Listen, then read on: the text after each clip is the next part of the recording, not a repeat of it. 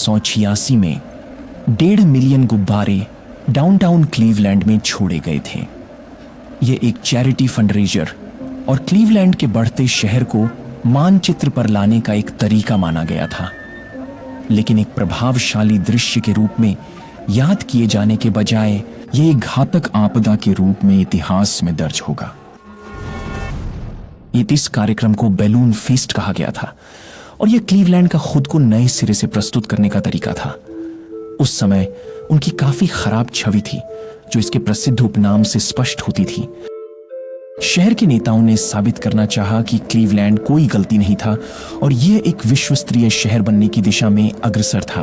पिछले वर्ष डिज्नीलैंड ने सबसे बड़े एक साथ गुब्बारा लॉन्च के लिए गिनीज वर्ल्ड रिकॉर्ड का दावा किया था और किसी कारणवश शहर के नेताओं को लगा कि डिज्नीलैंड से बेहतर करना क्लीवलैंड की छवि सुधारने का सही तरीका होगा।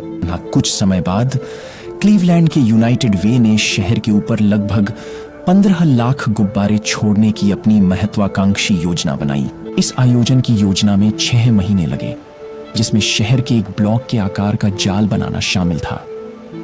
हजारों स्वयंसेवकों को गुब्बारे भरने में कई घंटे लगे और अंततः 27 सितंबर 1986 को बैलून फेस्ट का दिन आया।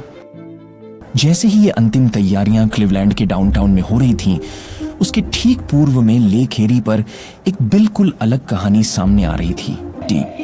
पिछली रात एक भीषण तूफान इस क्षेत्र से गुजरा था और तूफान से लगभग 1 घंटा पहले 2 आदमी मछली पकड़ने गए थे। 27वीं की सुबह जिस दिन बैलून फेस्ट था, उन दोनों व्यक्तियों को उनके परिवारों द्वारा लापता रिपोर्ट किया गया।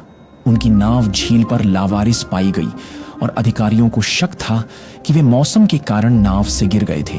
तटरक्षक बल ने तुरंत खोज और बचाव अभियान शुरू कर दिया। इस बीच क्लीवलैंड के पब्लिक स्क्वायर में गुब्बारे की प्रस्थान देखने के लिए 1 लाख से अधिक लोग इकट्ठा हुए थे। आयोजक खुश थे कि कल रात का तूफान समय पर साफ हो गया था ताकि आयोजन आगे बढ़ सके, लेकिन जैसे जैसे दिन बीतता गया मौसम फिर से खराब होने लगा। एक बड़ी बारिश का तूफान आ रहा था, लेकिन गुब्बारे पहले से ही भरे हुए थे और जाने के लिए तैयार थे। इस समय पर पुनः निर्धारण लगभग असंभव था, इसलिए उन्होंने समय से पहले ही गुब्बारे छोड़ दिए। 3, 2, 1 ये गए।